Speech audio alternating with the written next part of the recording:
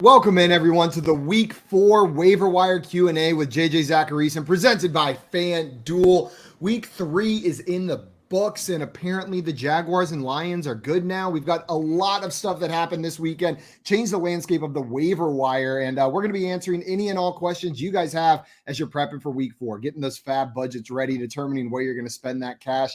I'm Simon Groeneveld, joined, as always, on these Tuesdays by JJ Zachariason. JJ, what's up?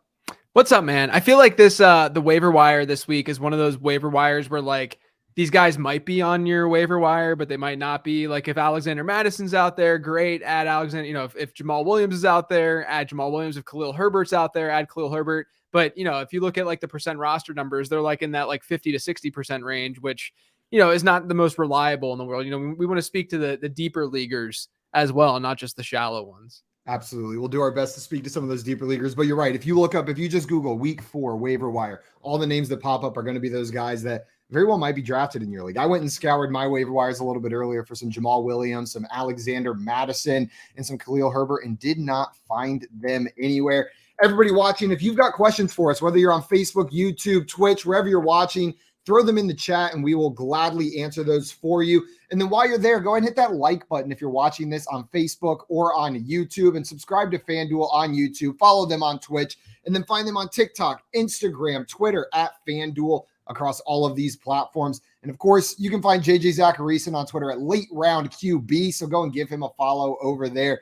JJ, is that strategy working out for you so far this year? Your late round QB. I know you waffled a little bit in the offseason on that. I did. Yeah. Look, I mean, at the end of the day, the last few years, what we had seen from the quarterback position in fantasy football was that, we'd seen better predictability at the position from a pre-draft, from an ADP standpoint to how these guys finished. We saw some separation there. And so really what it came down to was I became more of like the last few years, I've become more of like a middle round quarterback guy, as opposed to an early round one or a late round one. Do you think Josh Allen's going to pan out? But it does seem like, I mean, you probably agree with me. There's 3 quarterbacks that are just basically like lapping the field right now, where it's Jalen Hurts, Josh Allen, Lamar Jackson. Lamar Jackson right now is averaging almost 7 more fantasy points per game than he did during his MVP season, which is just wild. So, I mean, I think that if you have one of those 3 quarterbacks, you're feeling really good. And then I think there's just a massive gap to like the rest of the guys. You know, it's like it's those 3, and then there's other guys where, you know, I do think that a guy like Mahomes or a guy like Kyler, they still have some upside, but I just don't think that anyone's going to touch those 3 this season. No, it really seems that way. Jalen Hurts doing his best to make a case for league MVP, but Lamar Jackson standing back there going, watch this. Like you think you got it, Jalen, watch what I can do. We have a question in here from Dustin. Dustin said, Cooper, London, or Mike Williams as my wide receiver 2. Debo is wide receiver 1. JJ, which of these 3 players would you be plugging in as your wide receiver 2? Amari Cooper, Drake London, or Mike Williams? Yeah, I mean, I haven't looked at schedules in too much detail yet this week. First off, Amari Cooper is probably like the quietest alpha in the league right now. No one's really talking about him in fantasy circles, but he's having a great last couple of weeks. Only him and CeeDee Lamb have had back-to-back weeks in weeks 2 and 3 of 35% target share or better. And Cooper's the one who's been really, really producing out of those 2. I think he's in a great spot, but from like a rest of season ranking standpoint, I think I like Drake London the most. I mean, he's just seeing such a massive target share in his offense. He's producing as well. If I'm looking at it this week, I don't know yet. I think they're probably all sort of clumped together. Mike Williams, I'm a little bit afraid of just because Keenan Allen's practicing. He's probably going to be back. I think there's a little bit more variance and variation with Mike Williams, but a decent spot if I remember the schedule correctly. But right now, I think my rest of the season rank is I have it London, Williams, Cooper, but I do think that Cooper is sort of undervalued right now across the fantasy landscape because I don't think people are realizing how good he's actually been. No, yeah, he's been great, and he's the clear wide receiver 1, and whenever in that offense. So whenever I see questions like, should I drop Cooper for this person, or should I trade Cooper for this person, it's always with another team's wide receiver 2 or 3 on that team. One thing I will say, Cooper and London in that Browns-Falcons game, surprisingly, at least to me, that's expected to be a high-scoring game. The total for that game is set at 49.5 on the FanDuel Sportsbook, one of the highest ones of the week. So you might just want pieces in that game. It's a very weird week again, I only just started to look at like the week 4 stuff and ranking guys and stuff like that. Cause I'm in waiver wire mode right now, but it's a very strange week in terms of the totals in these games. Cause you got like Seattle and Detroit. Detroit has the highest implied team total on the slate, according to FanDuel Sportsbook. I mean, it's Insane. crazy. So we're going to see some teams that we don't usually see score some points this week. Yeah, absolutely. We are going to prioritize waiver wire questions. So if you guys have waiver wire questions, throw them in the chat. We'll get to those first. And then if we have time, we'll hit some of the other ones. But like JJ said, this is waiver wire time. That's where our focus has been the past couple of days. So you might get some better answers for these start sit questions as the week goes on. We had a question in here from Leanin. Said, Trevor Lawrence worth a pickup in a 12-team league. Bad matchup this week, but looking long-term, they had Lance. So looking for that long-term fill-in. Yeah, I did my rest of season rankings and I published them today over on my Patreon. And Trevor Lawrence, I'm trying to look for him really quick. Lawrence right now I have at QB. There it is, QB 10. So rest of season he's looking pretty good. I've been impressed by what he's done. The Chargers had some injuries on the defensive side, but even still, I mean he looked good in that matchup. The weapons are not nearly as bad as I think people thought. Christian Kirk looks like a stud in the role that he's playing. I think that they're utilizing him very similarly to how Arizona used him this past year, whenever he was able to play in the slot a little bit more. So yeah, I mean, and not only that, but Lawrence has like sneaky upside from a rushing perspective. So, I think Lawrence is definitely worth a pickup in a 12-team league. He should be rostered in pretty much every format. I think he's like a low-end QB1 from here on out. Yeah, I'm with you. He's not the kind of guy where I'm like just setting it and forgetting it week in, week out. Know what I mean? I'd still be willing to maybe play some of those matchups, but he's approaching that territory. Yeah, like be open-minded. The way that we have to come up with a word for this, Simon, where like it's someone that you like plug in your lineup most weeks, but if there's a good streamer out there, you can play that streamer over him. Like I think Jared Goff over Trevor Lawrence this week makes sense. Goff going against Seattle, really good scoring environment. They're playing in a dome, all that kind of stuff. So like, Goff is more of a streamer. I would rather have Trevor Lawrence rest of the season, but if you want to bump him down and put Jared Goff in for this 1 week, that's totally fine. So he's not a plug and play starter. He's sort of like a plug and play unless there's a really, really good streamer out there. Jalen and I have started referring to players like that as probably starts, like without seeing the roster. He's a probably start. Like based on what's available, you're probably plugging him in week out. Chris in here had a question for us and said, please guys, I need help bad. I need it right now. We'll do our best to help you, Chris. Chris said, I just got offered a trade. I get Barkley, Deonte Johnson, and Josh Jacobs for Eckler, Debo, and Dameon Pierce. So a trade, Saquon Barkley, Deonte Johnson, and Josh Jacobs, sending away Eckler, Debo, and Pierce. JJ, what do you think about this trade? We don't have any info on league type, scoring format, but just in a vacuum with the information we have. This is tough, honestly. I think I usually side with the team or with the side that's getting the best player in the deal. And I think by far the best player in this deal is Saquon Barkley. Barkley to me is like a top 3 or 4 guy rest of season. So, I do think that Barkley is the best player in this trade, but Deonte Johnson, he has a target share, of course, but I'm worried about the offense in general. Josh Jacobs did see an uptick in looks through the air this past week, which was really good to see, but I don't know how sustainable that's going to be. Eckler underperforming, Debo kind of underperforming, Dameon Pierce, worried about what could happen in negative game scripts and such, but I do think his role is going to grow as the season goes on. I think that if you need more depth, if you're going to be plugging and playing like a Dameon Pierce and you'll be playing Debo, like if you're replacing Debo with Deonte and Dameon Pierce with Josh Jacobs and then Barkley down to Eckler, I think it's okay enough to do this, or to stay with the Eckler side. But I think it's a fair trade overall. I call these kinds of trades musical chairs trades because you're not really like there's going to be a loser more than likely with a deal like this. I like to do more 2 for 1. I like to do more, a wide receiver for a running back to really help both teams. Whereas right here, you're taking a downgrade from Barkley from Barkley to Eckler. And then Deonte to Debo is a little bit of an upgrade or, definite upgrade. And then Josh Jacobs, Dameon Pierce. Yeah, I like Dameon Pierce a little bit more rest of the season, but it's not that dramatic. So there's just not that much going on here for me to be like, absolutely choose this side, absolutely choose this side. I think it's just a fair deal overall, just given the fact that Barkley is pretty much by far the best player in this deal. Yeah, and you hit on a point that I was going to say, JJ. I don't generally make trades like this in season because it does generally lead to like fostering like a negative output for at least one of these two teams. And that makes it harder to trade with that person going forward. I want one where it's one position for a different position, or 2 for 1, like you said, where someone needs depth, you need a starter, you can make something happen right there. David in here wanted to know, is there any upside to Justice Hill? Is that someone that would be worth picking up right now? I don't think so. J.K. Dobbins is going to see more and more work in this offense as he gets healthier. And even still, this offense is going to split the backfield in some way. And we've already seen this backfield not be very effective to start the year. I just don't think it's really worth it. We know the target shares in Baltimore, since Lamar Jackson took over, they've been really low for running backs. They've seen the fewest targets in the NFL, that positional group, since Lamar Jackson took over a few years ago. So I'm not really like super, super high on any Ravens running back. Although I will say, I did my rest of season rankings, like I said, and I had J.K. Dobbins ranked as like a low end RB2 or something like that, just because of what we'll see later in the season, hopefully from him. And I don't think people are reacting enough to that. A lot of times people just kind of look in the moment with these guys. Like no one's really thinking about Michael Gallup right now. Well, Michael Gallup's going to be back eventually, and Dak Prescott's going to be back eventually. And, it's not like CeeDee Lamb has been super, super consistent. Obviously he came through towards the end of last night's game, thank God. But he dropped that pass, etc.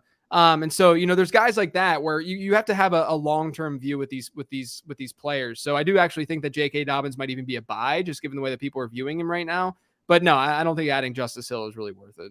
I'm with you. And especially after that performance last week, like people were disappointed in J.K. Dobbins if they plugged him in their lineups. This could be the time to go out there and send out a trade offer. And no upside to Justice Hill for me. That CeeDee Lamb touchdown though, JJ, that was the first moment I've convinced my girlfriend to play fantasy football with me the past couple of years, right?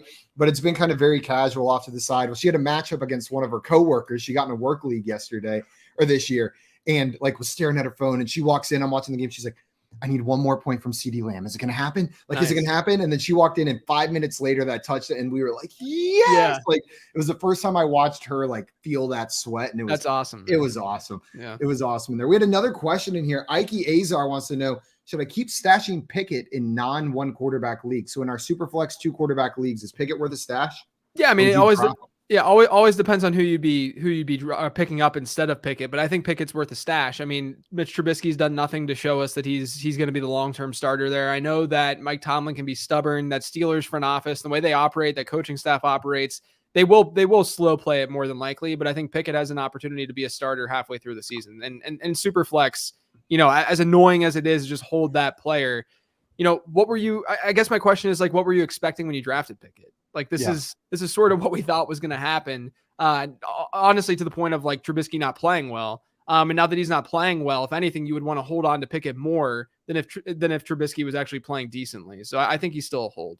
Yeah, he's got to be. And that's a great point. I've been saying it with rookie wide receivers this year as well. Yeah. Like if you're thinking about dropping those guys, then you probably shouldn't have drafted them to begin with. Yeah. If it's week 3 and you're talking about kicking them off your roster. Dustin in here wants to know, Mac Hollins worth a waiver wire pickup? If so, what percentage of fab should we spend? Mac Hollins had one heck of a week this week. Came down with, 158 receiving yards in the absence of Hunter Renfrow. Is this for real? He had 10 targets in this game, 8 targets the week before. Is this someone that needs to be on our radar? Yeah. So, I'm going to sound like I'm patting myself in the back here, and I kind of am by saying this, but I talked about Mac Hollins on my sleeper show this past week. He was one of my sleepers that was rostered in fewer than 10% of Yahoo leagues. And I'm saying that because the reason I was on Mac Hollins was not just because Hunter Renfrow is out, but Tennessee's been really bad at guarding perimeter wide receivers. And Mac Hollins is a permanent perimeter wideout opposite of Devontae Adams in that offense. So when Hunter Renfrow's back, a lot of looks are going to be funneled back towards Hunter Renfrow and not necessarily Mac Hollins. But if you're in like a 12 to 14 plus team league, I think he's probably worth enough of a bench stash. He's a full-time player on Vegas. They could see a lot of negative game scripts. Playing opposite of Devontae Adams can't be a bad thing, but expecting what we saw this past week, each week, is definitely not something that I would do. Like, for instance, like if you're debating between Mac Hollins or a Romeo Doubs or a Zay Jones, I would take the other two over Mac Hollins because I think that there's a higher chance that a player like Zay Jones maintains his target share and Romeo Doubs has such a high upside within that offense, just given the fact that he's a rookie and the ambiguity there. So, it just depends on who you would be rostering instead. But I think in like a 12 deep league or a 14 plus team league, I think Mac Hollins is fine. Yeah, it's the uses that you mentioned that shocked me. Like I was going through and I missed that going through the first couple weeks. Then this massive week happened and I was like, well, like we got to look into this a little bit. Like what's going on? And you're right. He was on the field week 1, 88% of the snaps, week 2, 87% of the snaps. Saw a slight jump this week, but he's the wide receiver that's on the field next most after Devontae Adams, even when Hunter Renfrow is healthy out there. Yeah. So you got to look his direction. You can't just completely ignore it right there. Joseph had a question for us. He wanted to know, how do you feel about adding Njoku or Tunyon? I'm starting Everett right now. Yeah, look, I like Everett more than those two in general moving forward. You know, Justin Herbert was banged up. I think that he should be better moving forward. But David Njoku, I mean, like we saw last week, obviously he blew up against Pittsburgh. But the week before that, he had like an 18.5% target share. Week 1, he had a 3.3%. I think there's a lot of anchoring bias going on where week 1, David Njoku doesn't do anything. So everyone's like, oh, Njoku's not going to be part of this offense. But he's been part of the offense the last 2 weeks. And the Browns have been one of the most effective offenses in terms of EPA to start the season. They're really doing well offensively, moving the chains. A lot of that has to do with their run game, but Jacoby Brissett really hasn't been that bad at least, you know, sustaining and helping these pass catchers be relevant in fantasy. So I think David Njoku, who has, you know, a fringe top 10 route participation rate to start the year at tight end. We know this offense is tight end centric. They run a lot of 12 personnel. I think Njoku's a good fantasy asset. I think he's like a high-end tight end 2, maybe even a low-end tight end 1 from here on out. But I do like Gerald Everett. I have Gerald Everett 1 spot higher in my rest of season ranking. So I do think that in this kind of instance, I don't think it's a bad idea to just roster both Everett and Njoku and sort of flip-flop based on matchup each week. And Njoku will be having a quarterback change at one point this season. We see Deshaun Watson come back to this Browns team. So he's the kind of quarterback if you're or the kind of tight end if you're going to roster a second tight end, there's something changing that could elevate him even up a notch at a later point this season. So I'm with you. I think Njoku's definitely worth adding. And of Njoku and Tunyon, he's the guy that I want to add onto my team. Ike had a question for us that if you roster David Montgomery, would you drop him for Herbert and just bet against Monty rest of season? No, I wouldn't do that. I haven't seen any report. Have you seen any report today on Montgomery and how long he might be out? No, I haven't seen any up. It feels like it's just completely ambiguous with all of these running backs. So like Dalvin Cook's going to be in a brace. DeAndre Swift will play, but it's day to day. And then David Montgomery, we've heard nothing about yet. Yeah, the only thing I heard was Eberflus saying that he was gonna that he was day to day and he wasn't gonna give us any information on it. I mean, the bottom line is Montgomery's seeing more work than Khalil Herbert when both are healthy. You know, I personally, I thought that's going into the season that there was a non-zero chance that Herbert was just a better player than David Montgomery. I think we saw this past week that it's possible that Herbert's very, very good. But at the end of the day, these things come down to coaching staff decisions. And if they think that David Montgomery should see the rock more, then David Montgomery is going to see the rock more. I would not be dropping David Montgomery pretty much in any format, but I would be adding Khalil Herbert if I don't have him in every format. Yeah, no, don't drop David Montgomery. Do not drop David Montgomery. You can't drop the running back that has been the lead running back for their team just because the backup got 100+ yards this week. That being said, I think Herbert's one of my favorite pickups if he's on the waiver wire, not just this week, but for the season. Yeah. Like this is one of those guys where there aren't very many names that come along the waiver wire where they could realistically take over as the number one running back on their team without an injury, right? Like we could see Herbert run away with this. Not that that's what I'm predicting, but it can happen. Yeah, and David Montgomery on the last year of his rookie contract. So it's not like this team is not tied to Montgomery at all. They weren't the team that drafted him, the regime that drafted him. You know, there's a good chance that you know he's gone after this year, so they might play into that and just let Khalil Herbert be the guy. Yeah.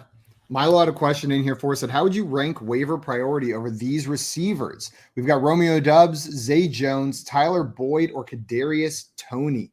So I guess which one of these guys is your first? And then if you had to rank them after that.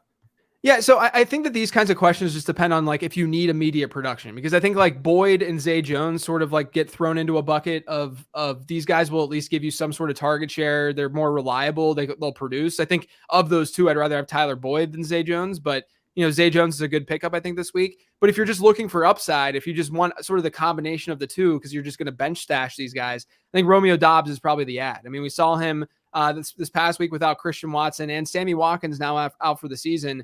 You know, he saw a huge target share in the offense. He was very, very productive.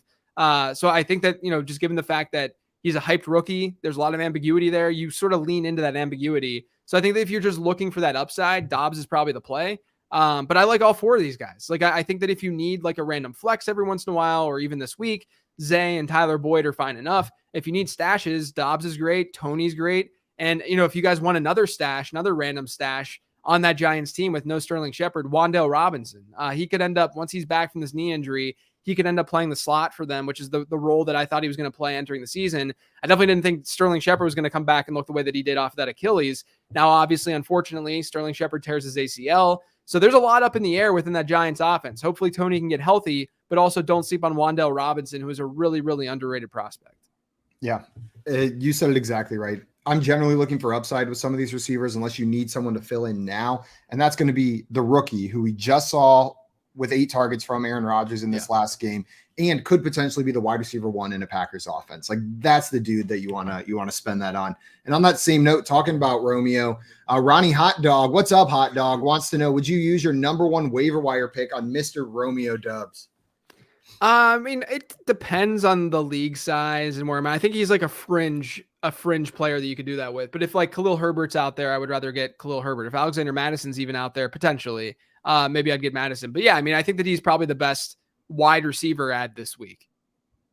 Yeah, I'm with you right here. Larry in here was asking about holding and praying with Tony now that Sterling Shepard went down. It sounds like you don't think Tony is droppable based on your answer to that last question, that he's someone you would prefer to stash. Yeah, I don't think so. I mean, when he plays, he's been pretty effective. I know that earlier this season he wasn't, but I mean, he had one of the best yards per route runs that we've seen of any rookie since 2011 last season. In terms of targets per route run, he was second among rookie wide receivers since 2011 behind only Tyreek Hill. So he's very good when he's active. The problem is he clearly can't stay healthy. I don't think he's won this coaching staff over yet either. So that's a problem as well. But I do think he's worth a hold because of the Sterling Shepard injury. Yeah. Lean in here wanted to know, we got some more rookie questions. People are loving these rookie wide receivers this year, but wants to know, should I drop Dotson for Olave? So we'll start with that one. Would you drop Dotson for Olave right now? I mean, I like Olave more than Dotson rest of season, but I would do my best to try to hold on to both those guys. Yeah, you don't want to drop Dotson right now. Dude's on the field constantly and already producing this first 3 weeks, but I'm with you. Olave's the preference. If Dotson's your worst player, then congratulations on your team. Maybe try to make some trades instead of dropping Dotson. The other one is drop Henderson for Herbert. So Daryl Henderson for Khalil Herbert. Are you making that move? I mean, again, I would want to see who, like, if there's anyone else on your roster. I'd rather like hold both those guys. I mean, obviously Henderson, sort of on the downswing with what's going on with Cam Akers and the usage there. Cam Akers had 12 carries to Henderson's 4, but the good news is that Henderson's still playing third downs. He outsnapped and outproduced Cam Akers in the first half last week. So I do think that's likely a split backfield for LA. And I think they want Cam Akers to be a thing, but Cam Akers just keeps telling them, I don't want this job after, fumbling at the goal line all the time and stuff. So it's tough. I mean, like if you're purely looking for upside, I think Herbert's probably the guy because Henderson probably now needs an injury to Akers in order for that upside to really hit. So I can understand it from that perspective, but if you need running back help, I'd try to just hold on to both those guys and maybe drop a wide receiver. Like if you need running back help, I would probably prefer just having Henderson and Herbert over Dotson, for instance. Like in that case, I know it's a 10-team league. Don't think that I'm like sitting here telling people to drop Jahan Dotson because he's awesome. But I'm just saying, like in this particular instance, it kind of makes some sense. Yeah, that's where I was going to go. If you're running back needy, the answer to your question is don't drop Henderson. He's a running back getting touches right now. At worst in a committee, potentially could be the lead back. We've seen him do that so far this season. Rushman wants to know if you're streaming tight ends this week only, Njoku, Everett, or Higbee. So looking for someone to pick up off the waiver wire this week. We've talked a little bit about Njoku and Everett, but adding Higbee into the mix now. Yeah, I mean, I think they're all like fringe top 10 kind of plays. So I don't have a strong preference right now. I think rest of season, I prefer Everett. So if you want to just go that direction, you could just pick up Everett. But again, like we talked about earlier, just given like there's not many tight ends that are doing anything right now in fantasy football, which is what we see every single season, I wouldn't be against just having both Njoku and Everett and just kind of playing matchups each week. Higbee's fine. I don't think he has the same kind of ceiling as Njoku and Everett do. No. I know my friend G-Man J on Twitter, he is on team never Higbee. Not going to start him. He'd be mad at me if I said Higbee here, but I'm saying Njoku. I like what I've seen from him so far, and I like the matchup this week going up against the Atlanta Falcons. I'm expecting a decent game from him over there. We had another question in here. B3B wanted to know thoughts on Travis Fulgham. Should you be picking up Travis Fulgham in any formats, JJ? Is that a player that you're looking into? I would think not. No.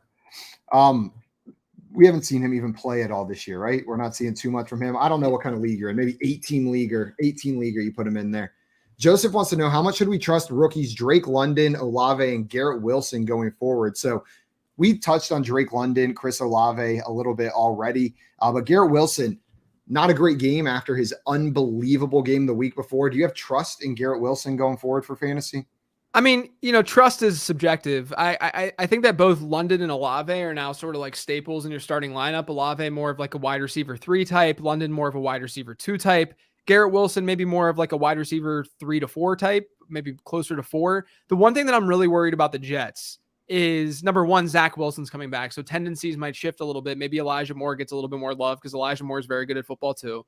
But number two, the Jets right now have a 73% pass rate, which is by far the highest in the league. Since 2011, the highest pass rate that we've seen from any team is 67% from the 2013 Atlanta Falcons. So that's going to drop. And when that pass rate drops, you're going to see the target totals for these pass catchers drop as well. So target share matters a lot. And Garrett Wilson's seeing a decent enough target share, don't get me wrong, but it's going to impact Garrett Wilson in some way. So I still I trust Drake London and Chris Olave to be in my starting lineup. Garrett Wilson, not necessarily a plug and play guy, but it depends on so many factors when we use the word trust. And when we're talking about I don't really know what that means in terms of it being like applicable and being able to apply that information. But, I have Drake London and Chris Olave ranked ahead of Garrett Wilson rest of the season.